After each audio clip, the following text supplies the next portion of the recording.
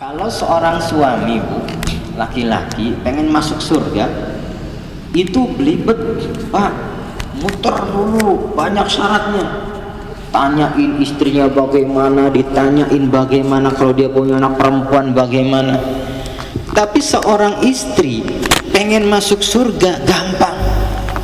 Kuncinya cuma satu, setelah iman kepada Allah, iman kepada Rasulullah, kuncinya satu. Apa itu? Dapat ridho suami. Disebutkan dalam hadis, barang siapa atau seorang istri meninggal dunia sedangkan suaminya ridho, dakhalal jannah.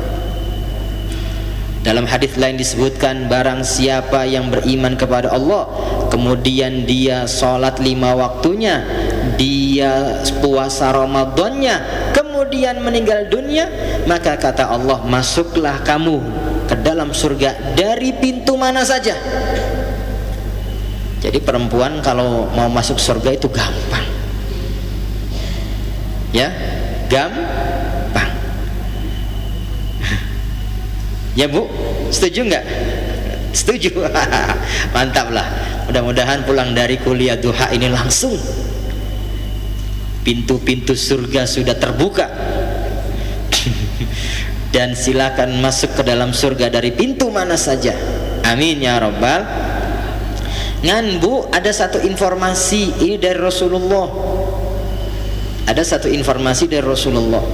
Ketika beliau Isra Mi'raj, kemudian salah satu di antara perjalanannya adalah beliau melihat surga. Beliau juga melihat neraka. Ternyata Bu, ketika Rasulullah membuka pintu neraka, ngelihat ya tamasya di pintu neraka, di neraka, ternyata kebanyakan penduduk neraka itu, mohon maaf, perempuan. Padahal masuk surga teh gampang banget Pak, ibu-ibu nih. Ngan kenapa kok kemudian penduduk neraka kebanyakan, kata Rasulullah, perempuan? Jawabannya liqillati syukrihinna, karena rasa syukur mereka kurang. Disebutkan oleh Rasulullah, andai engkau berbuat kebaikan 1 sampai 99 kali, kemudian yang ke-100 kali ada sedikit yang tidak cocok di hatinya seorang perempuan, apa kata Rasulullah? Banyak di antara mereka mengatakan, suamiku tengteingan atuh nggak pernah berbuat baik ke saya. Padahal mas 1 sampai 99 baik semua. Ngan yang ke-100 kali mungkin kepleset dikit. Pas suaminya keluar, kata istrinya, bang jangan lupa pulang bawa sate. Pas pulang lupa. Pas pulang lupa. Ya, pas pulang lupa. Padahal suami ini setiap keluar kemudian dititipin apa saja, pulang pasti lengkap, bahkan sekalian dengan bunganya. Minta dibelikan telur sekilo, datang 2 kilo, jadi sekilo bunganya, bunganya, dan seterusnya. Ngan sekali dititipin sate lupa, apa kata istrinya? Bang, kebangetan abang teh, nggak pernah perhatian sama istri. Nah, kata Rasulullah, ada perempuan yang tipenya seperti ini. Sehingga kemudian apa? Sehingga kemudian ternyata kebanyakan penduduk neraka adalah kaum perempuan. Sebabnya likillati syukrihinna, karena kurangnya syukur mereka. Tapi ibu-ibu majelis taklim Pusdai insya Allah adalah ibu-ibu calon-calon penghuni surga. Kalau dibikin standar rasa syukur, standarnya sudah tinggi lah. Amin. Bagaimana tidak? Sering hadir di masjid, sering hadir di majelis taklim, kuliah duha, nggak pernah ketinggalan. Nah ini sekaligus PR buat ibu-ibu dan bapak-bapak semuanya. Kebaikan itu jangan hanya berhenti di ibu dan bapak saja yang hadir saat ini. Kebaikan ini jangan hanya berhenti sampai ibu. Kenapa? Kalau kebaikan itu hanya berhenti sampai kita saja, maka nanti terbatas. batas. Tapi sampaikanlah kebaikan ini ke khalayak ramai, ke tetangga ibu, ke keluarga ibu, ke siapapun yang ibu kenal. Grup-grup WA itu ibu kirimin ajakan-ajakan kebaikan. Tujuannya adalah apa? Agar kebaikan tadi bisa berkembang dan menjadi berlipat ganda. Ngajinya sih cuma sebentar, hanya dari jam 9.30 sampai jam 11, tapi dia bisa ngajak keluarganya, dia bisa ngajak tetangganya, orang yang dia kenal bisa dia ajak di grup-grup WA RT, WA RW, ibu PKK, ibu arisan, ibu majelis taklim, ibu jam'iyah, ibu apa lagi, ibu tamasya, ibu wisata, kirimin semuanya. Ajak, Bu, ayo jangan lupa kuliah duha di Pusdai, kuliah duha di Pusdai, diajakin semuanya. Ibu sendiri datang. Ternyata catatan amal atau catatan pahala dengan ibu datang sendiri dan sekaligus mengajak, ternyata di hadapan Allah sudah berlipat ganda. Satu grup WA ada 50 orang, ibu ajak semuanya, Bu, ayo hadir majelis taklim Pusdai. Urusan mereka datang atau tidak, yang penting sudah mengajak, dan ajakannya dengan ajakan yang paling lembut. Bahwa kemudian datang atau tidak, itu kembali kepada taufik dan hidayah.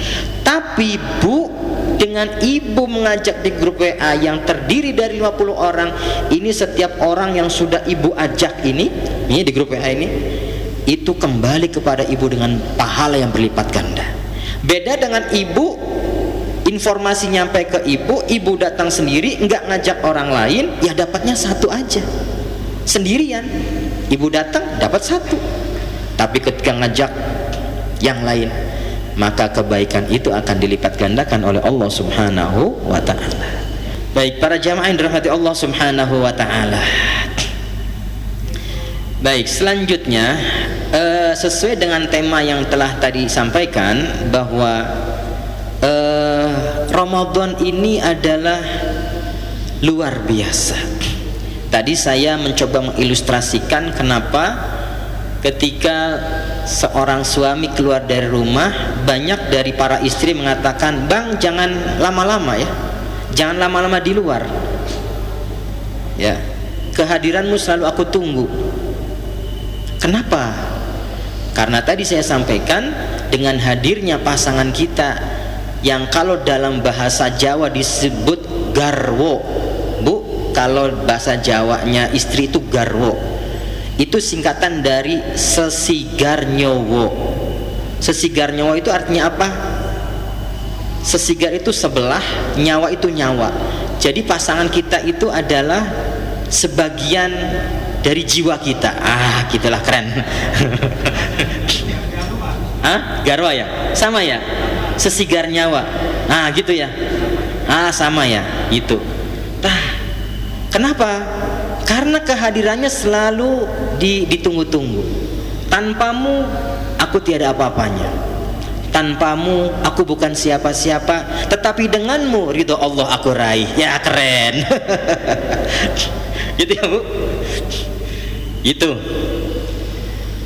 Nah, begitu juga Ramadan. Kenapa Ramadan selalu ditunggu?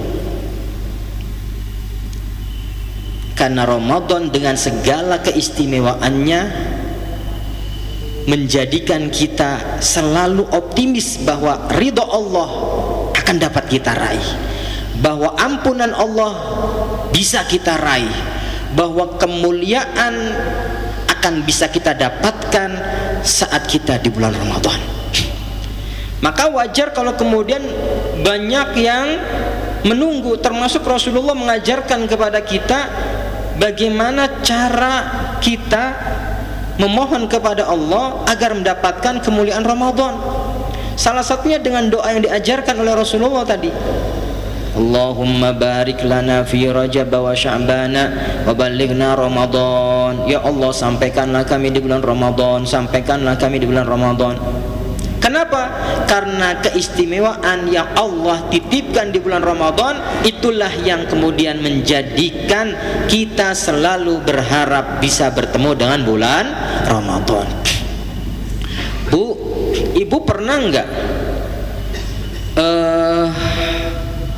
mendapatkan informasi bahwa seorang yang sangat ibu sayang, yang sangat dicinta, taruhlah misalkan yang sangat disuka, misalkan artis lah.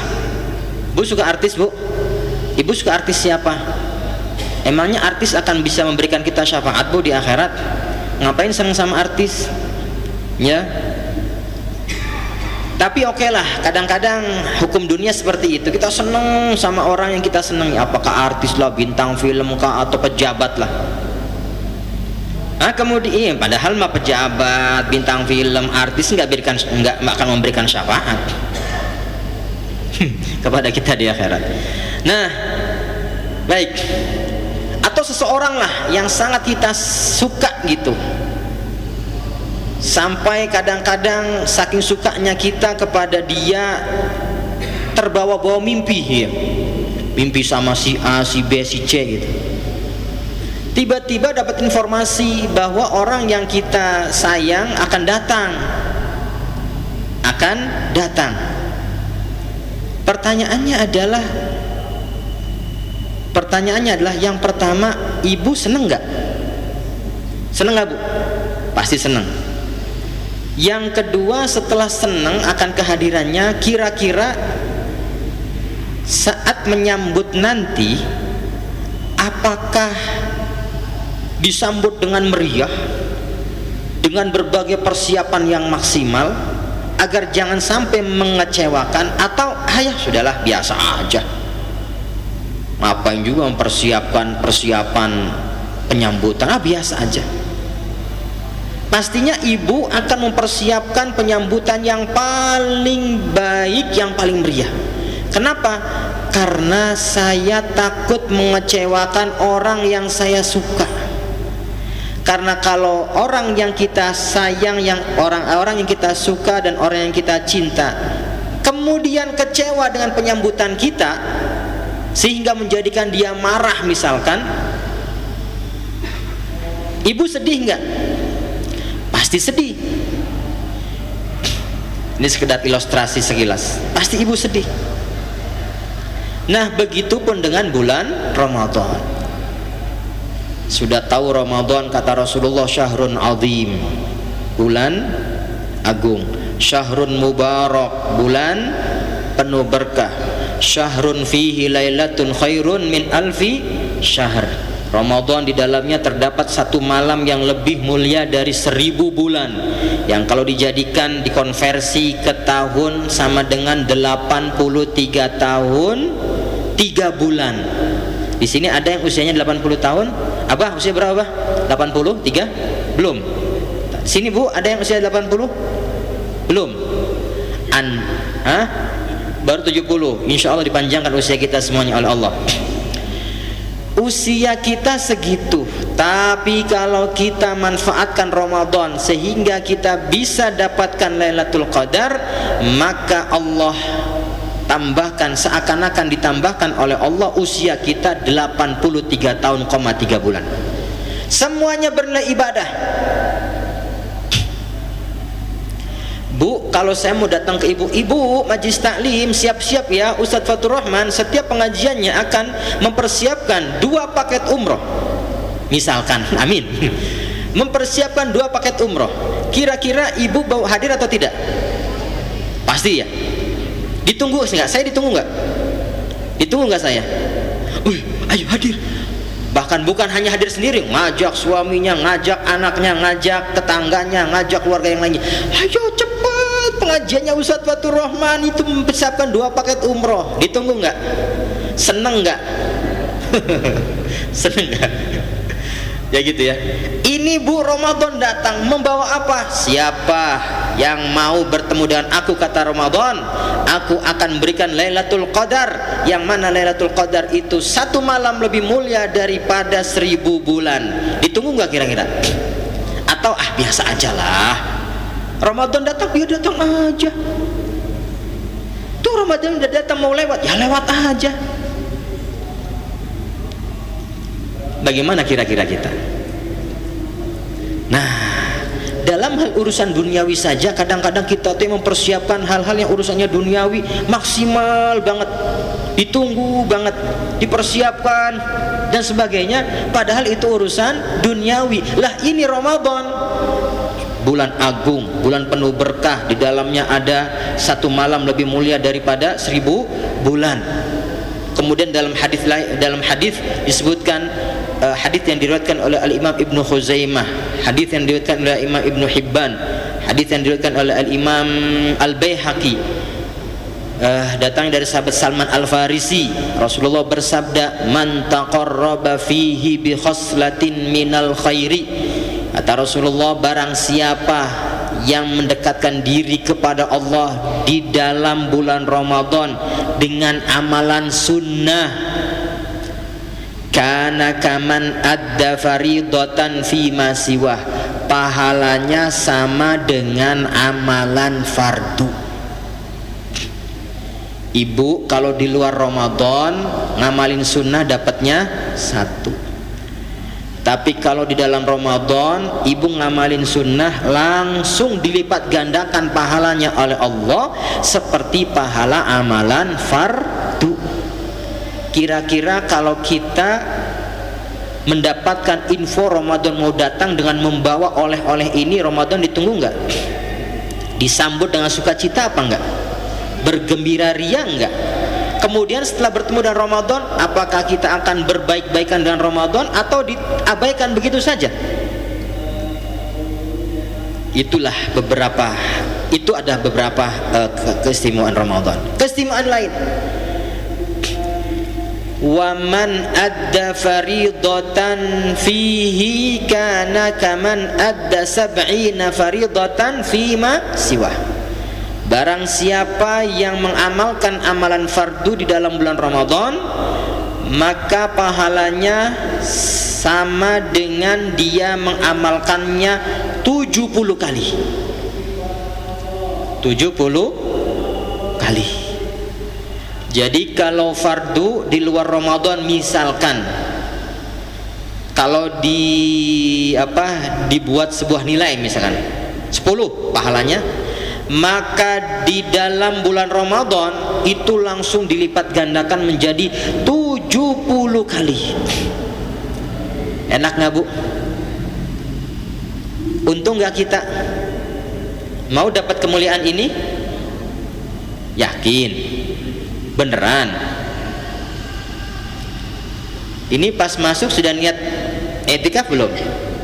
Belum. Yuk niat kalau gitu. Bismillahirrahmanirrahim biar dapat pahala. Bismillahirrahmanirrahim. Nawaitul i'tikafa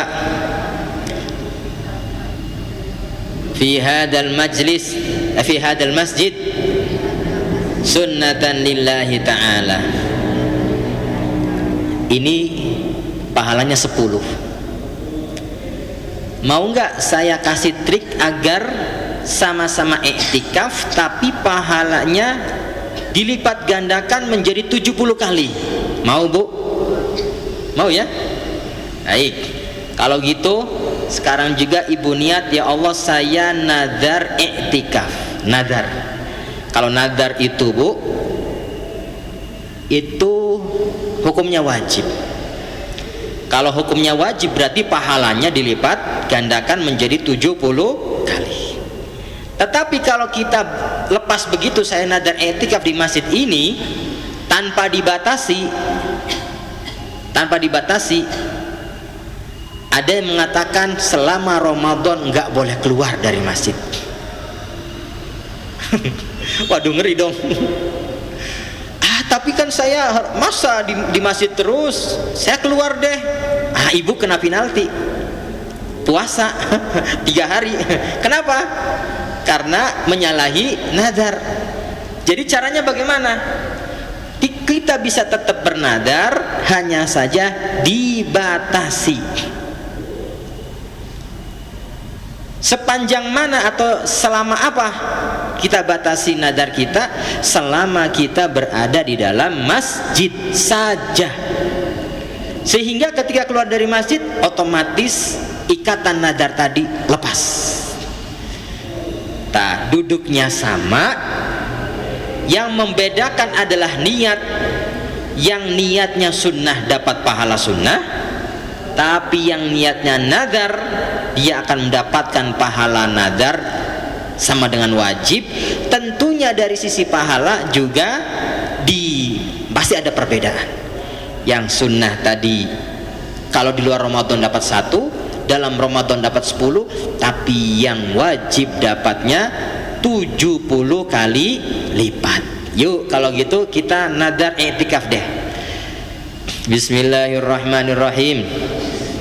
Ya Allah, saya nadar i'tikaf di Masjid Pusdai selama saya berada di dalam Masjid Pusdai. Jadi pas di dalam saja. Nanti keluar otomatis lepas. Bahasa Arabnya Bismillahirrahmanirrahim. Nadartu an a'takifa fi hadzal masjid ma dumtu fihi lillahi ta'ala. Nawaitul i'tikafa al-mandur lillahi ta'ala. Gitu. Dan ini strategi ini bisa dipakai dalam banyak amalan. Kalau nadar mau sodakoh tanpa dibatasi, kadang-kadang berat. Takutnya kita lupa, takutnya nilainya terlalu kecil, akhirnya tidak sesuai aturan syariat. Misalkan ada satu strategi, kita sodakoh yang asalnya statusnya sunnah bisa menjadi wajib. Caranya bagaimana? Misalkan ibu sudah pegang uang 5.000, langsung niatkan nadar, ya Allah saya nadar sodakoh 5.000 ini, langsung masukkan. Jangan telat, karena kalau telat takut tiba-tiba dilupakan oleh Allah, padahal sudah niat nadar sodakoh. Gitu. Jadi ya Allah saya nadar saya nadar sodakoh 5.000, kemudian masukkan. Kalau sudah masuk uangnya, sudah bebas dari nadar, pahalanya sudah dilipat gandakan. Yang membedakan apa? Niat tadi yang pertama sunnah, yang kedua niatnya nadar. Itu bisa di amalan lain, boleh, bisa itu. Nah, ini bisa kita tahu kalau kita belajar. Nadar baca Quran, Qurannya sudah ada di hadapan. Misalkan nadar bacanya 1 halaman ini, sudah selesai 1 halaman, lepas kita dari nadar, tapi pahala sudah dilipat gandakan. Alhamdulillah.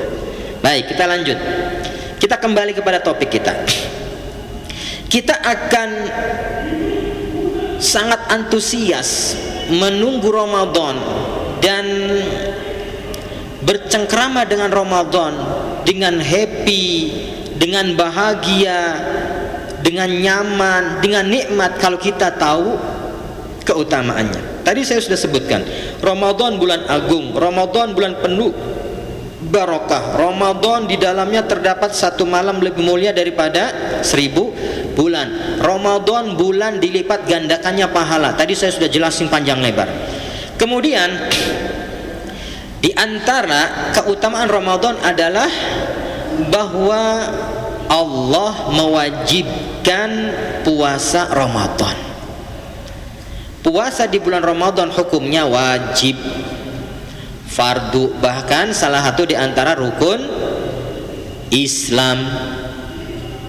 Ya.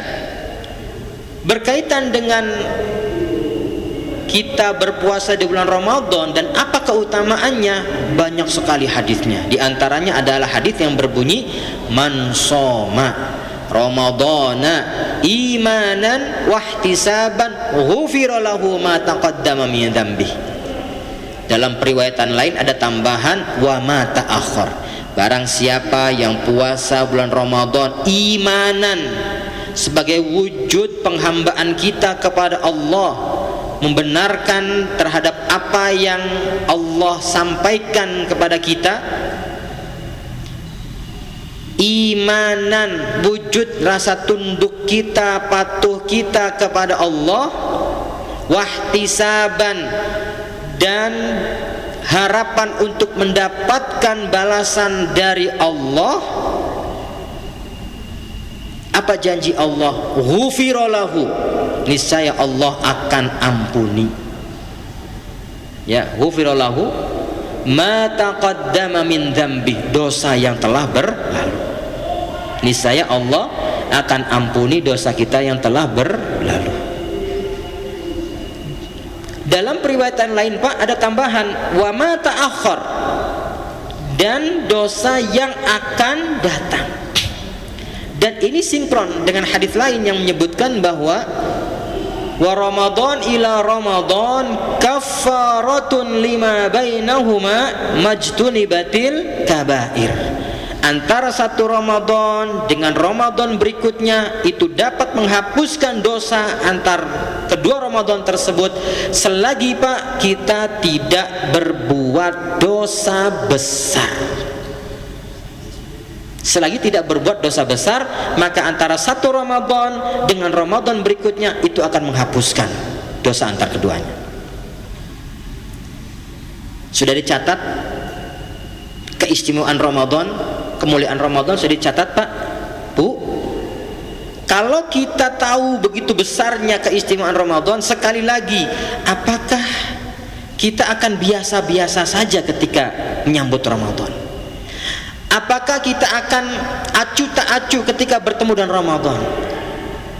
Apakah kita akan menganggapnya hal yang wajar saja? Atau justru sebaliknya, tadi yang saya jelaskan, kita akan bersiap diri, kita akan merasa bahagia, kita bersuka cita dan seterusnya.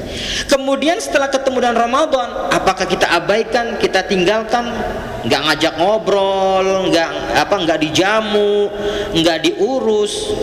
Emang gua pikirin misalkan gitu? Atau justru sebaliknya tidak? Wow, kita akan sambut, kita akan siapkan jamuan, kita akan hormati, kita akan penuhi segala kebutuhannya. Pastinya kalau kita mengetahui kemuliaan Ramadan, kemudian kita sangat-sangat mengharapkan kehadirannya, saat kita bertemu Ramadan tentu tidak akan kita abaikan begitu saja. Ya, baik, lanjut. Keutamaan Ramadan yang lainnya adalah wa Ramadan syahrus sabr. Ramadan itu bulan kesabaran. Sabar dalam banyak hal, bahkan jika harus dari hal-hal yang bersifat halal, harus sabar. Makanan yang kita beli dari rezeki yang halal berarti halal untuk kita makan. Minuman yang kita beli, kita dapatkan dan dengan cara yang halal, maka halal kita makan. Pasangan-pasangan kita untuk kita berdekatan dengannya halal, itu juga boleh dikumpuli. Tetapi di bulan Ramadan, khusus di bulan Ramadan harus sabar. Ada gorengan sisa sahur, itu saya beli dengan uang halal, tapi di Ramadan haram. Bukan haram karena zatnya, tapi haram karena kita sekarang sedang melaksanakan perintah Allah. Berupa apa? Menahan diri dari makan. Kopi yang kita beli dengan uang halal, kalau malam hari is okay, tafadhol, mau ngopi boleh. Tapi ketika di jam 7, jam 8, jam 9 ketemu dengan kopi, oh, halo sahabat kopi, saudara kopi, sabar, tidak saya sentuh. Bukan kamu haram secara zat, tapi Allah bilang nggak boleh ngopi. Sabar nggak Pak? Padahal jam segitu lagi enak-enaknya ngopi tuh. Aduh, jam segini Pak, nih gangguan orang puasa jam segini lagi berat-beratnya. Nanti habis zuhur udah nyantai. Jangankan ngelihat minuman yang seger Pak, ada orang bawa es balok kemudian airnya netes, subhanallah, namanya ini apa ini, tenggorokan tergerak-gerak, kayak nikmat banget ya nggak Pak? Padahal es balok. Itu ujian, makanya harus sabar. Pas wudhu ketemu air wudhu, kalau hari-hari biasa nggak puasa air wudhu ya biasa aja, air biasa. Tapi pas Ramadan, subhanallah, ini kok kayak seger banget gitu kan. Disitulah diuji kesabaran, betul nggak? Kok pada senyum-senyum? Beneran gitu. Disitulah Pak, Bu, ujian. Wa Ramadan syahrus sabr, Ramadan bulan kesabaran. Tapi Pak, kalau kita sabar, Allah tidak akan menyia-nyiakan amal kita. Karena terusan dari hadis ini Rasulullah bersabda, wasabru thawabuhul jannah, dan sabar pahalanya adalah surga. Lagi nyupir, ya Allah, bulan Ramadan nyupir, tiba-tiba ada motor ugal-ugalan main potong, hus. Serasa kalau ikutin hawa nafsu mah mau dicaci, mau dimaki, dasar itu orang bawa motor ugal-ugalan pengen dicaci maki. Ya, tapi di Ramadan kita harus jaga lidah kita. Mau marah langsung ngelus dada, ya Allah astagfirullahaladzim, enggak boleh astagfirullahaladzim. Kata nafsunya bisik-bisik, itu kurang ajar itu. Memang mencaci enggak boleh, tapi kan itu kurang ajar, harus kasih pelajaran. Kadang-kadang nafsu Pak, hati-hati Pak, bisikinya itu kadang-kadang ada benernya, tapi ujungnya jerumusin. Setan juga begitu, ya, setan juga begitu, hati-hati. Makanya ada satu kitab yang dikarang oleh Al-Imam Ibnul Qayyim Al-Jauziyah, judulnya Talbisu Iblis. Kadang-kadang iblis itu mengkamuflase antara kebaikan dan keburukan, ya, dibikin kemasan kayak baik begitu ya, ujung-ujungnya jongklokin kita Pak, njorokin Pak, hati-hati itu. Gitu ya. Wasabru thawabuhul jannah, dan sabar pahalanya adalah surga. Sabar. Kemudian selanjutnya, wasyahrul muwasah, Ramadan itu adalah bulan apa ya? Muasa itu diartikan peduli. Bulan peduli.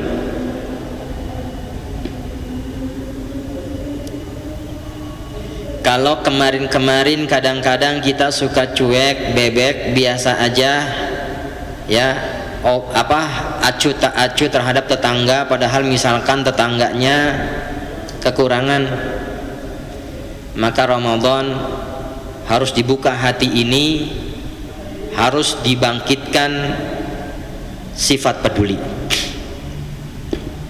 ya, melatih diri untuk menjadi sosok yang peduli. Kemudian selanjutnya, keutamaan Ramadan, wa syahrun yuzadu fi rizqil mu'mini fihi. Nah, ini pasti senang semua ini. Pak, kata Rasulullah, Ramadan itu bulan di mana rizki seorang yang beriman kepada Allah ditambahkan oleh Allah. Bu, nih kabar penting dari Rasulullah. Apa kabarnya? Apa informasi yang disampaikan? Bahwa Ramadan adalah bulan ditambahkannya rizki seorang mukmin. Kalau pengen ditambahkan rizkinya harus yakin betul bahwa keberkahan Ramadan itu bukan hanya keberkahan yang bersifat batin, tapi juga keberkahan yang bersifat dohir. Ini buktinya Rasulullah mengatakan begitu. Syahrun yuzadu fihi rizqil mu'min, yuzadu fihi rizqul mu'min. Ya, contoh aja, contoh nih, saya kalau mau beli sarung yang agak mahal di bulan-bulan biasa mikir, BHS Pak harganya 700.000, saya mikir daripada beli BHS mendingan buat bayaran anak sekolah. Tapi di Ramadan gratis, ada yang ngasih. Itu barokahnya Ramadan. Ini kalau saya korek Ustadz Ahsan juga, ini mesti ada tambahan kalau Ramadan ya. Tuh kan kalau ke TV senyum-senyum tuh. Itu barokahnya Ramadan. Saya juga gitu kan. Ya. Saya juga. Jadi sedekah Rasulullah, apa yang disampaikan oleh Rasulullah benar. Yang penting kita yakin, imanan, wahtisaban, fokus memposisikan diri sebagai hamba Allah yang sedang beribadah kepada Allah di bulan Ramadan. Itu ke bawah sendiri, nanti datang sendiri. Ya. Dah, itu keutamaan yang berikutnya. Keutamaan selanjutnya, man fattara shaiman kana maghfiratan lidzunubihi wa itqa raqabatihi minan nar. Man fattara shaiman, barang siapa yang memberikan buka puasa, shaiman, orang yang berbuka puasa. Ya, bukan orang yang berpuasa, karena kalau orang puasa kita kasih makan nggak boleh. Maksudnya memberikan buka puasa kepada orang yang berbuka puasa gitu. Jadi jangan salah ya Bu, ya Pak, jangan salah Pak. Barang siapa yang memberikan takjil lah, biasa bahasa kita takjil kepada orang yang berbuka puasa, kana maghfiratan lidzunubihi, sesungguhnya itu adalah sebab diampuninya dosa hamba tersebut. Wa itqa raqabatihi minan nar, dan dimerdekakannya dia dari api neraka. Wa kana lahu mithlu ajrihi, dan bagi dia pahala yang sama. Jadi kalau ibu puasa sendiri nggak ngasih takjil, pahalanya ya satu, dari ibu oleh ibu untuk ibu. Pak, pahalanya satu, dari bapak oleh bapak untuk bapak. Tapi kalau kita berpuasa, kemudian kita punya rezeki lebih, kita sisihkan, kita berikan kepada orang yang berbuka puasa, kata Rasulullah, wa kana lahu, bagi saya misalkan yang melakukan, mithlu ajrihi, pahala yang sama dengan orang yang berbuka tadi. Jadi saya sendiri dapat pahala, dan karena saya berbagi juga dapat pahala dari berbagi saya. Pahalanya jadi double. Min ghairi ayyanqusa min ajrihi syai'un, tanpa dikurangi sedikit pun dari pahala tersebut. Enak enggak Bu? Enak apa enak? Ibu pengen kalau buka puasa sukanya menjadi pasukan takjil atau yang menyiapkan takjil? Pasukan pasukan pemburu takjil. Ada ya, pasukan pemburu takjil. Dan ini Pak Bu, ternyata pasukan pemburu takjil ini di dalamnya bukan hanya yang puasa loh ya. Yang nggak puasa pun juga ikut di dalamnya. Ya. Kalau pengen dapat pahala double, maka sisihkan sebagian dari rezeki kita. Berapapun. Ya. Berapapun. Enggak mesti harus besar, sedikit juga akan bernilai. Buktinya mana? Buktinya ini. Qalu ya Rasulullah, kemudian tiba-tiba ada sahabat yang duduknya agak di sebelah kiri saya, itu kan sebelah kiri saya. Disebutkan dalam hadis tersebut ada sahabat yang tiba-tiba angkat tangan, qalu ya Rasulullah laisa kulluna yajidu ma yufattiru bihi shaim. Kata sang sahabat tadi, ya Rasulullah, kami yang hadir ini tidak semuanya orang mampu yang kemudian kami berkelebihan sehingga bisa kami sisihkan sebagian harta benda kami untuk kemudian diberikan kepada orang yang berbuka puasa. Kita saja kadang-kadang kalau mau berbuka puasa teh mikir ini mau buka pakai apa, bukan karena kami mampu untuk beli apa saja, bukan, tetapi karena tidak ada, makanya kami bingung mau buka pakai apa, gitu ya. Jadi ternyata problem ini sudah ada dari zaman sahabat tuh, problem orang yang pengen kaya gitu ya. Apa jawaban Rasulullah? Faqala Rasulullah yu'tillahu hadha thawaba man fattara sa'iman ala tamratin aw syarbati ma'in aw madaqati labanin. Kata Rasulullah, sudah gini aja, kamu punya apa? Jikapun kamu punya sebiji korma, kata Rasulullah, tamroh, sebiji korma, kemudian kau berikan satu biji korma ini kepada orang yang berbuka puasa, kana maghfiratan lidunubi, maka itu bisa menjadi wasilah diampuninya dosamu. Au syarbati ma'in, atau segelas air. Zaman sekarang seperti air kemasan itu ya. Au madaqati labanin, atau seteguk susu. Intinya kita punya apa, kemudian kita sisihkan, diberikan kepada orang yang berbuka puasa, maka Allah rela mengganti amalan yang kita lakukan tersebut dengan ampunannya. Enak apa enak? Wis taklah, pokoknya kalau muamalah dengan Allah itu pasti kita yang untung. Kalau kita bertransaksi dengan orang ya, orang lain, misalkan sesama manusia, kita pernah dengar nggak ada istilah teman si teman, tapi urusan bisnis beda dong. Gak ada ya? Ini mah bisnis loh ya. Kita berteman, is okay, aku siap lo mentraktir kamu, tapi ini mah bisnis, maaf ya.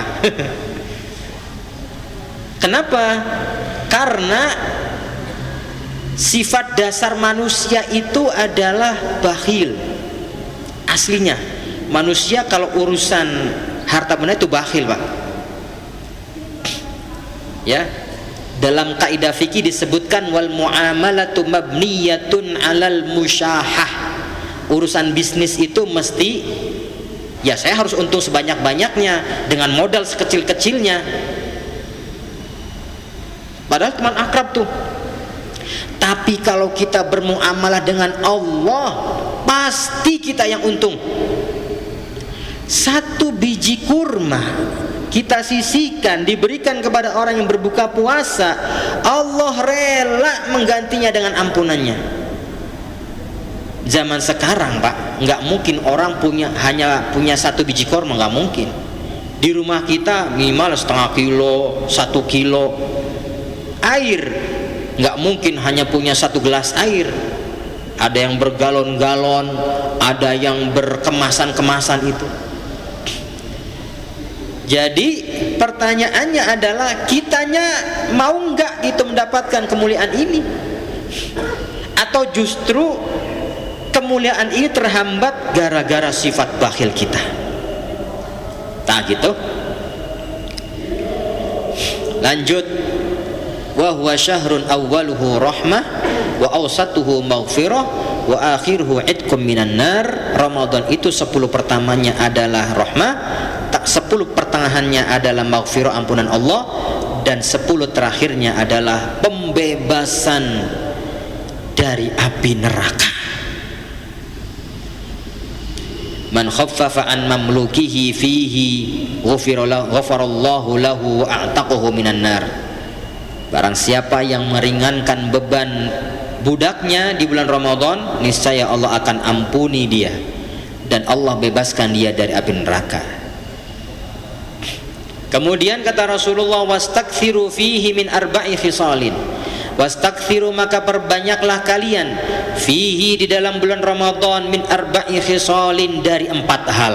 Nah, ini perhatikan. Apa sajakah 4 hal tersebut? Khoslataini turdawna bihima rabbakum. 2 hal yang jika kau lakukan itu akan bisa mendatangkan keridhaan Tuhanmu.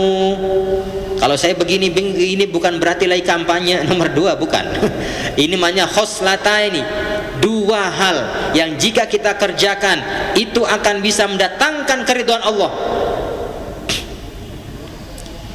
Wa khoslataini la ghina lakum anhuma, dan 2 hal lainnya yang mana kalau kalian kerjakan, kata Rasulullah, kalian pasti tidak akan pernah merasa cukup.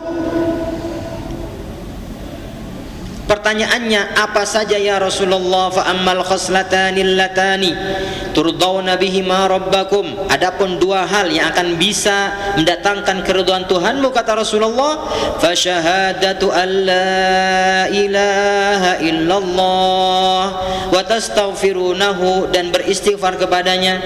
Maka di bulan Ramadan perbanyaklah kita mengucapkan asyhadu alla ilaha illallah. Lanjut dengan astaghfirullah. Apa Bu? Asyhadu an la ilaha illallah, astaghfirullah. Kita sampai jam berapa? Saya tahu mendekati ini, pasti ini. Nah, gitu kan. Saya bisa membaca apa yang ada dalam hatinya. Langsung dakai kayak mafi muskilah, langsung dakai.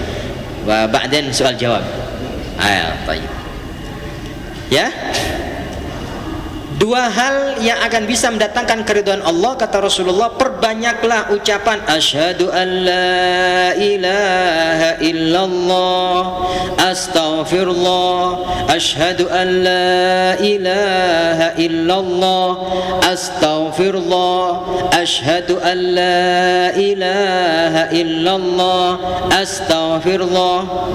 Tuh, 2 hal yang jika kita memperbanyak kedua hal ini di bulan Ramadan akan bisa mendatangkan keridhaan Allah. Wa ammal khoslatani allatani la ghina lakum anhuma. Sedangkan 2 hal yang kalian, kata Rasulullah, tidak akan pernah merasa cukup dari keduanya. Apa saja? Fatas'alunallahal jannata, di mana engkau memohon kepada Allah untuk dimasukkan ke dalam surga. Wa ta'udzuna bihi minan nar, wa ta'udzuna bihi minan nar, dan engkau memohon kepada Allah agar dijauhkan dari api neraka. Pertanyaannya, siapa di sini yang pengen masuk surga? Kok nggak ada yang jawab? Ya Allah, nggak ada yang jawab. Oh, tak bapak tambah semangat tuh, pengen masuk surga, gitu kan? Pertanyaan selanjutnya, siapa yang pengen dijauhkan dari api neraka? Kita semuanya. Nah, di bulan Ramadan, kata Rasulullah, perbanyak itu. Caranya bagaimana? Dengan membaca zikir ini. Nas'alukal jannata wa na'udzubika minan nar. Ya Allah, hamba mohon kepada Engkau, Kau berikan kami kemuliaan, dimasukkan ke dalam surga. Ya Allah, aku berlindung kepada Engkau, atau kami berlindung kepada Engkau, ya Allah, agar Engkau jauhkan kami dari api neraka. Jadi kalau 4 hal ini digabungkan jadinya zikir seperti ini. Asyhadu an la ilaha illallah, astaghfirullah, nas'alukal jannata wa na'udzubika minan nar. Asyhadu an la ilaha illallah, astaghfirullah, nas'alukal jannata wa na'udzubika minan nar. Asyhadu an la ilaha illallah, astaghfirullah, as'alukal jannata wa a'udzu bika minan nar. Kemudian dilanjut dengan Allahumma innaka afuwun tuhibbul afwa fa'fu anni atau fa'fu anna. Allahumma innaka afuwun tuhibbul afwa fa'fu anna. Allahumma innaka afuwun karim tuhibbul afwa fa'fu anna ya karim. Hayo kita sama-sama. Ashhadu an la ilaha illallah astaghfirullah nas'alukal jannata wa na'udzu bika minan nar. Ashhadu an la ilaha illallah astaghfirullah nas'alukal jannata wa na'udzu bika minan nar. Ashhadu an la ilaha illallah nastaghfirullah nas'alukal jannata wa na'udzu bika minan nar. Allahumma innaka afuwun tuhibbul afwa fa'fu anna. Allahumma innaka afuwun tuhibbul afwa fa'fu anna. Allahumma innaka afuwun karim tuhibbul afwa fa'fu anna ya karim. Al-Fatihah. A'udzu billahi minasy syaithanir rajim. Bismillahir rahmanir rahim. Alhamdulillahi rabbil alamin arrahmanir rahim maliki yaumiddin iyyaka na'budu wa iyyaka nasta'in ihdinas siratal mustaqim siratal ladzina an'amta 'alaihim ghairil maghdubi 'alaihim waladdallin. Amin ya rabbal alamin. Demikian uraian singkat terkait dengan keutamaan Ramadan. Dan dengan kita memahami, mengetahui keutamaan Ramadan, maka tentunya pasti kita akan bersuka cita dengan Ramadan. Dan kita sudah dipertemukan dengan Ramadan, maka jangan sia-siakan pertemuan ini, karena kita tidak pernah bisa menjamin bahwa kita akan bisa bertemu dengan Ramadan tahun depan atau tidak. Maka pertemuan Ramadan kali ini anggap sebagai pertemuan yang paling istimewa. Allahumma rzuqna al-haddal awfar. Ya Allah, berikanlah kepada kami bagian yang paling maksimal min khairati hadzal syahr, dari kemuliaan, kebaikan, keutamaan bulan ini. Amin ya rabbal alamin. Fadhal. Baik, alhamdulillah. Sajian ilmu yang sangat luar biasa, Ibu ya, daging semua ini ya, kita lihat, kita simak dari awal hingga tadi akhirnya. Ibarat ada seorang perempuan, Kiai, yang dilamar oleh seorang laki-laki. Nah, perempuan ini tuh nggak ada rasa sama sekali sama laki-laki ini gitu. Kemudian laki-laki ini selalu membujuk ke perempuan ini, ayolah nikah sama saya. Kalau sudah nikah sama saya, nanti saya akan jamin rumah kamu, semuanya akan dijamin. Tapi karena nggak ada rasa, itu tidak ada rasa ketertarikan gitu Bu ya, terhadap apa? Terhadap apa yang dijanjikan oleh si laki-laki itu. Nah seperti itu Kiai gitu ya. Nah saya dulu Kiai waktu di pesantren lama sekali itu pernah baca satu riwayat ini, sehingga saya lupa lagi Kiai ini riwayatnya siapa yang meriwayatkan, kemudian sahabat siapa yang dimaksud gitu ya. Tetapi kurang lebih alur ceritanya itu seperti ini. Rasulullah itu setelah setiap selesai sholat berjamaah, beliau itu selalu membalikan badannya ke jamaah gitu ya, ke umatnya. Nah itu selain itu juga beliau di momen seperti itu suka mengabsen gitu Kiai. Oh biasanya si fulan yang duduk di sini gitu ya.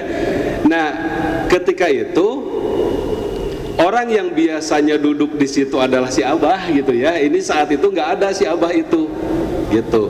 Nah kemudian Rasulullah bertanya, si fulan kemana gitu. Oh ya Rasul, beliau sedang sibuk apa? Sibuk panen katanya, sedang panen kurma gitu ya.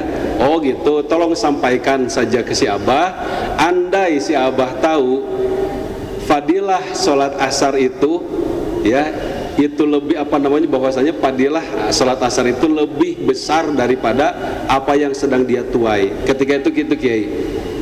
Kemudian pesan itu disampaikan kepada si Abah itu ya, sama sahabat yang lain.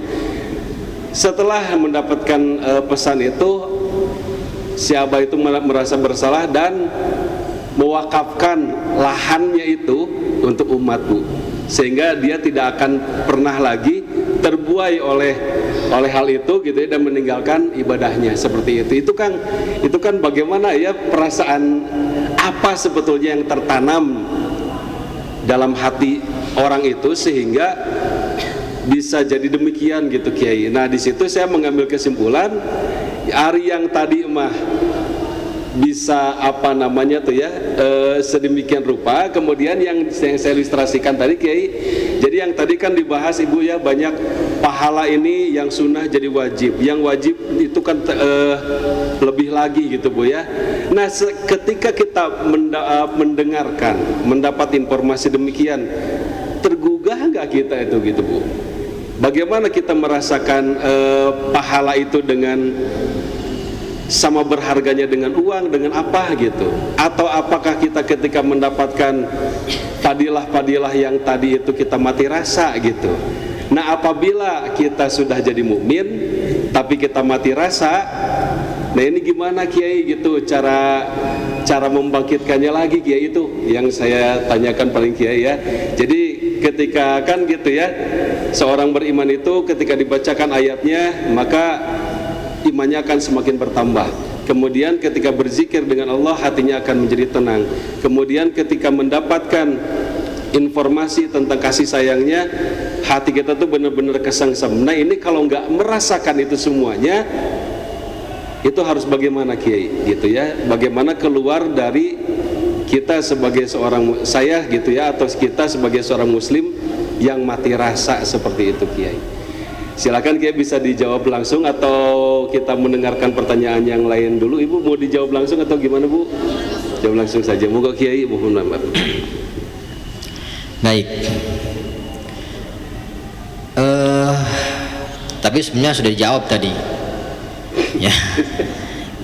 Salah satu di antaranya tadi jawabannya, innamal mu'minuna alladzina idza dzukirallahu wajilat qulubuhum wa idza tuliyat 'alaihim ayatuhu zadathum imana wa ala rabbihim yatawakkalun. Jadi salah satu di antara obat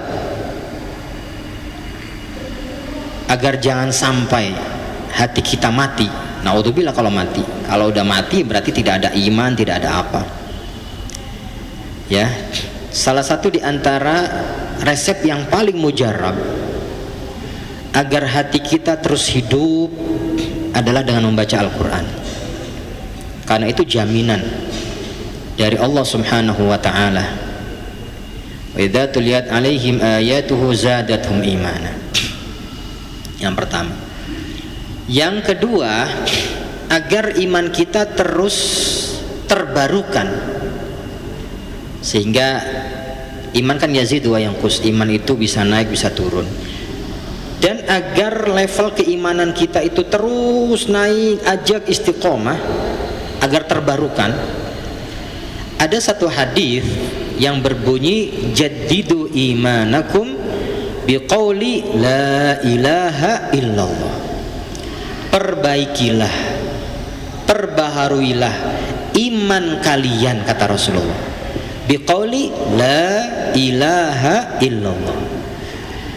Maka sudah seyogyanya bagi kita ini setiap saatnya, minimal pagi sore, harus punya zikir berupa kalimat thayyibah, la ilaha illallah, la ilaha illallah. Tujuannya adalah apa? Agar memperbaharui keimanan kita.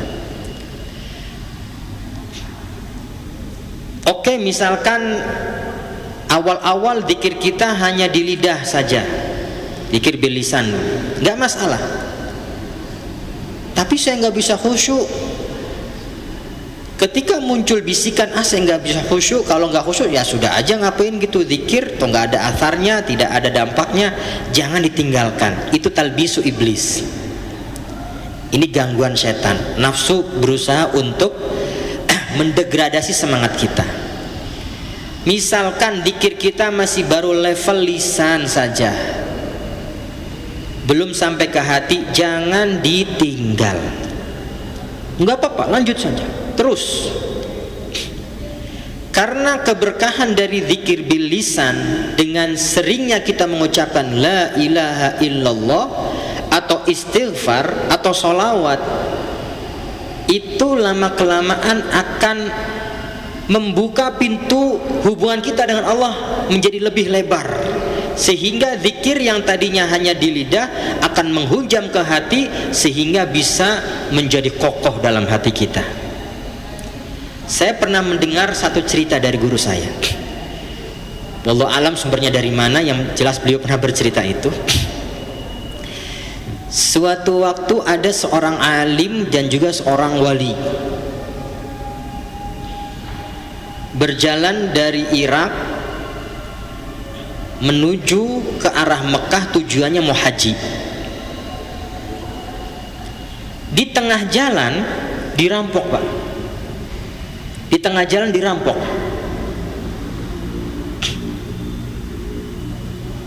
Anehnya si perampok ini ketika sholat dia sholat, ketika datang waktu sholat dia sholat. Mungkin kalau pas Ramadan puasa juga tuh, tapi dia masih ngerampok. Singkat cerita, kemudian dilepaslah dan sang alim tadi melanjutkan perjalanannya menuju ke Mekah untuk haji. Akhirnya beliau melaksanakan haji, dan kemudian sang alim tadi masih mukim di Mekah. Sekali waktu beliau berangkat haji lagi, dan sekali waktu beliau sedang tawaf. Ketika sedang tawaf ketemu sama rampok tadi, kata sang wali, ya hai bro, bro sih, loh kok ada di sini? Iya, kata si rampok, iya. Kok bisa? Ya bisa. Kenapa katanya? Kenapa? Kemudian kata sang rampok yang sudah insaf tadi, dia mengatakan, saya memang betul saat itu saya ngerampok, saya banyak berbuat kemaksiatan, tapi jalurku, sambunganku dengan Allah tidak saya putus. Dan dengan beliau yang terus bersambung dengan Allah, akhirnya menghadirkan keberkahan, menjadikan hatinya lama kelamaan mulai sadar, mulai insaf, nyesal, oh iya nggak boleh ini, sampai akhirnya kemudian taubat. Ya, sampai akhirnya kemudian taubat, akhirnya berangkat haji, ketemu lagi tawaf. Nah, iman pun terus begitu dijaga, diperbaharui, bahwa kemudian sekali-kali orang yang beriman kepada Allah kadang-kadang kepleset, ya wajar, namanya juga manusia. Orang hebat itu bukan orang yang tanpa dosa, tanpa kesalahan, itu mah nabi, itu mah malaikat. Tapi orang yang hebat adalah ketika dia terpleset, dia akan langsung kembali lagi kepada Allah, bersimpuh di hadapannya, beristighfar, mohon diampuni dosanya oleh Allah Subhanahu wa ta'ala. Jadi menghidupkan hati di samping tadi membaca Quran diantaranya, kemudian juga memperbaharui iman dengan memperbanyak la ilaha illallah dan zikir secara umum. Ala bidzikrillahi tatmainnul qulub, sesungguhnya zikir itu akan menjadikan hati kita tenang. Ya. Jadi insya Allah tuh, sekali lagi, kalaupun ada malas, kadang-kadang ada lelahnya, Rasulullah juga mengajarkan kok doa bagi kita agar terbebas dari rasa malas. Allahumma inni a'udzubika minal hammi wal hazan wa a'udzubika minal ajzi wal kasal. Ya Allah, aku berlindung kepada Engkau dari sifat pengecut dan malas. Salah satu di antara malas ibadah. Nah, dengan kondisi seperti ini, yang mana kita manusia lemah, harus kita akui itu. Kita manusia hina, harus kita akui itu. Kalau kita mau berjuang sendiri, berat. Ya itu tadi, kadang-kadang kita ada terplesetnya, kadang-kadang kita ada malasnya. Maka cara yang efektif, yang sangat efektif agar kita bisa terus istiqomah adalah selalu memohon kepada Allah, bersimpu di hadapan Allah. Ya, selalu mohon kepada Allah, ya Allah berikan hamba kemampuan, berikan hamba kekuatan, ya Allah tolonglah hamba, Allahumma a'inni ala dzikrika wa syukrika. Banyak loh doa itu, zikir semua tujuannya adalah apa? Agar Allah berikan kita kekuatan, kemampuan, kekuatan akal fikiran, kekuatan hati, kekuatan iman dan seterusnya. Agar kemudian apa? Agar harapan kita menjadi sosok yang dicintai oleh Allah Subhanahu wa taala itu bisa terwujud. Ya gitu ya. Jadi gitu saya kira Ustaz. Jadi sebetulnya Rasulullah itu sudah memberikan kita berbagai macam ramuan yang sangat-sangat mujarab untuk bisa kita tetap semangat beribadah, tetap rajin, dijauhkan dari sifat malas. Sebenarnya sudah ada semuanya. Nah, dengan kita belajar seperti ini, maka akhirnya kita dapat ilmunya. Dengan dapat ilmunya, maka lama-kelamaan kita akan terus memperbaiki kondisi kita, memperbaiki hati kita, memperbaiki ibadah kita, memperbaiki niat kita, memperbaiki gerak langkah kita, memperbaiki akhlak kita. Salah satu wasilahnya adalah dengan taklim ini, dengan belajar. Saya kira itu. Alhamdulillah, syukran Ustaz. Berikutnya jamaah masih ada waktu. Silakan Ibu boleh maju ke depan ya, karena ini kabelnya terbatas ini Bu ya. Boleh Ustaz.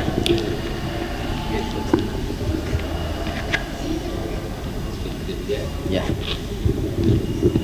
Panjang. Assalamualaikum warahmatullahi wabarakatuh. Waalaikumsalam warahmatullahi wabarakatuh.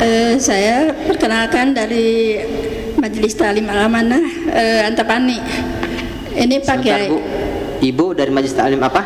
Al-Amanah Antapani. Antapani. Jumlah jamaahnya berapa? Banyak, kurang lebih mau mencapai 100 lah. PR Ibu 2 pekan yang akan datang minimal harus 50%-nya atau 25%-nya harus ikut hadir di Majelis Ta'lim ini. Insya Allah. Amin. Itu apa namanya, tabungan Ibu? Iya, insya Allah. Siap. Ya. Ini Pak Kiai yang saya pertanyakan kan tadi Pak Kiai menyinggung-nyinggung tentang Al-Quran ya. Kalau hati kita mati, katanya kita harus sering-sering baca Al-Quran. Insya Allah hati kita akan baik, hidup kembali, mungkinnya tidak mati.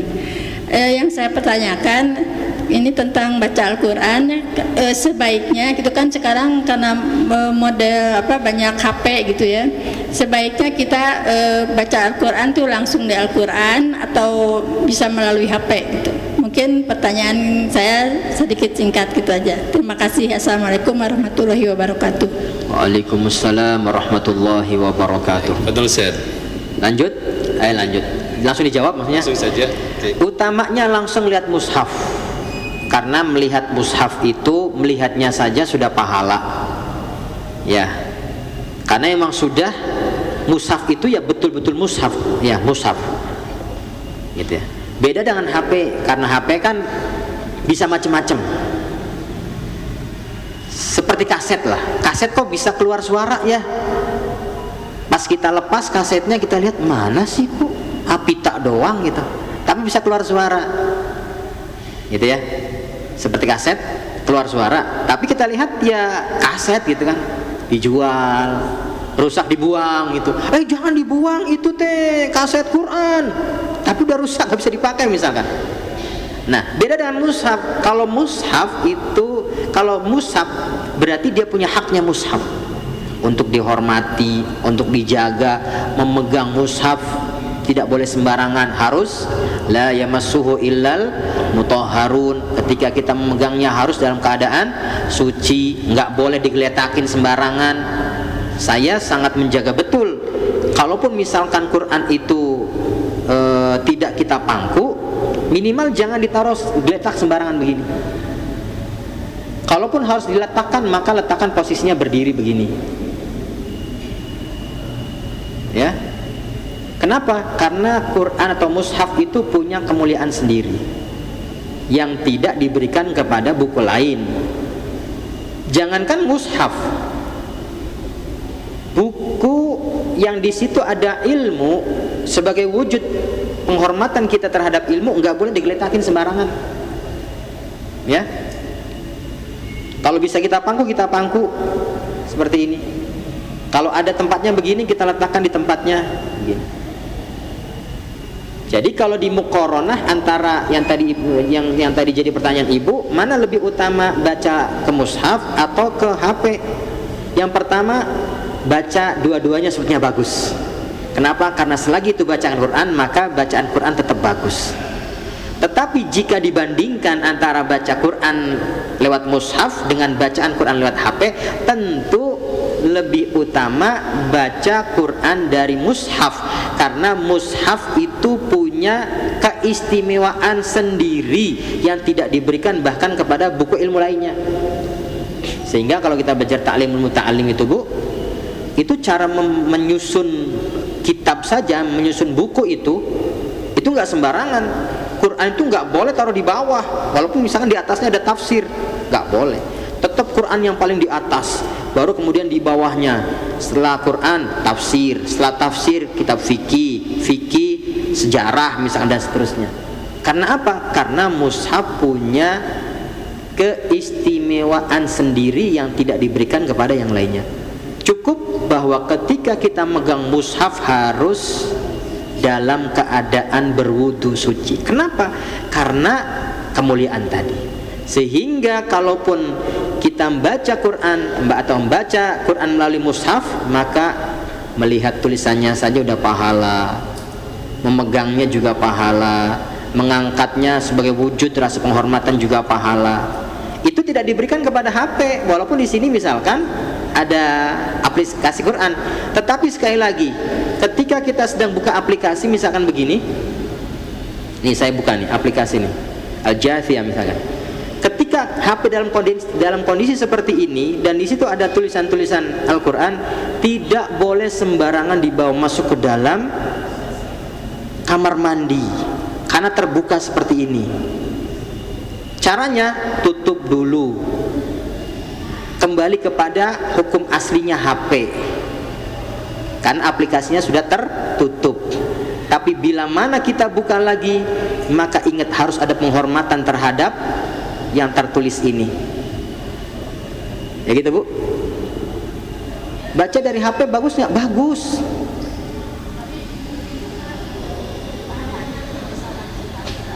Ya,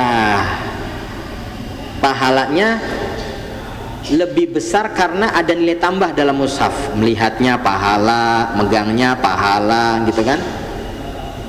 Jadi kalau kita kembali kepada pertanyaan, kalau di muqaranah, kalau diperbandingkan, yang tentu baca dari mushaf lebih utama, gitu ya, karena mushaf memiliki keistimewaan tersendiri. Tapi kalau misalkan nggak ada mushaf, adanya HP, ada aplikasi Quran, boleh nggak? Boleh.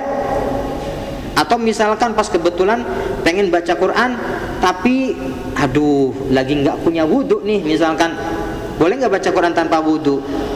Ya, boleh saja. Ya, selagi tidak megang Qurannya. Begini bagaimana? Nggak apa-apa. Ini kan bukan mushaf, ini kan HP. Gitu ya.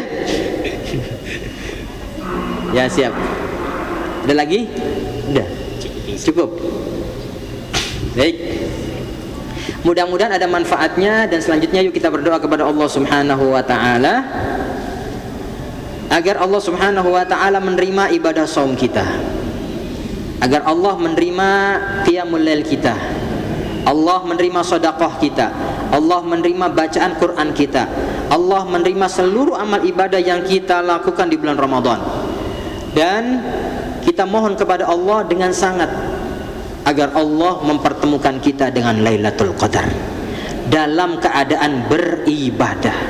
Bahkan jika misalkan ibu dalam keadaan tidak sholat, tetap malam-malam ganjil atau tiap malamnya jangan lewat begitu saja. Pegang tasbih, sambil istighfar, sambil sholawat, baca kalimat thayyibah. Andai ibu tidak sholat tapi masih dzikir, kemudian Lailatul Qadar datang, ibu dapat bagian sempurna. Ya, dapat bagian sempurna. Oleh karena itu apa? Tetap setiap malamnya. Bahkan jika kita dalam keadaan tidak sholat, hidupkan malam-malam tersebut dengan ibadah kepada Allah. Apa yang bisa kita lakukan? Misalkan baca Quran nggak mungkin karena lagi haid, sholat apalagi nggak mungkin, kan bisa yang lainnya. Bisa zikir, la ilaha illallah, la ilaha illallah, istighfar, astaghfirullah. Atau tadi baca zikir yang tadi disebutkan dalam hadis, asyhadu an la ilaha illallah, astaghfirullah, nas'alukal jannata wa na'udzubika minan nar. Itu luar biasa. Ya, luar biasa. Nanti misalkan ibu dalam kondisi seperti itu, Lailatul Qadar datang, misalkan lagi tidak sholat pun ibu dapat bagian sempurna. Jadi jangan dilewatkan begitu saja. Kita juga mohon kepada Allah Subhanahu wa taala agar Allah mempertemukan kita dengan Lailatul Qadar dalam keadaan beribadah kepada Allah Subhanahu wa taala. Kita juga mohon kepada Allah Subhanahu wa taala agar Allah panjangkan usia kita, agar kita bisa melaksanakan Ramadan dengan sempurna dan tidaklah kita keluar dari bulan Ramadan kecuali dosa kita diampuni oleh Allah Subhanahu wa taala. Amin ya rabbal alamin. Bismillahirrahmanirrahim. Alhamdulillahirabbil alamin. Allahumma shalli ala sayyidina Muhammad wa ala ali sayyidina Muhammad. اللهم إنا نسألك رضاك والجنة ونعوذ بك من سخطك والنار. اللهم إنك عفو كريم تحب العفو فاعف عنا يا كريم. اللهم تقبل منا صلاتنا وصيامنا وقيامنا وركوعنا وسجودنا وتخشعنا وتضرعنا وتمم تقصيرنا يا الله يا رب العالمين. ربنا آتنا في الدنيا حسنة وفي الآخرة حسنة وقنا عذاب النار. وصلى الله على سيدنا محمد وعلى آله وصحبه وسلم والحمد لله رب العالمين. بسر الفاتحة. أعوذ بالله من الشيطان الرجيم. بسم الله الرحمن الرحيم. الحمد لله رب العالمين الرحمن الرحيم مالك يوم الدين إياك نعبد وإياك نستعين اهدنا الصراط المستقيم صراط الذين أنعمت عليهم غير المغضوب عليهم ولا الضالين آمين يا رب العالمين.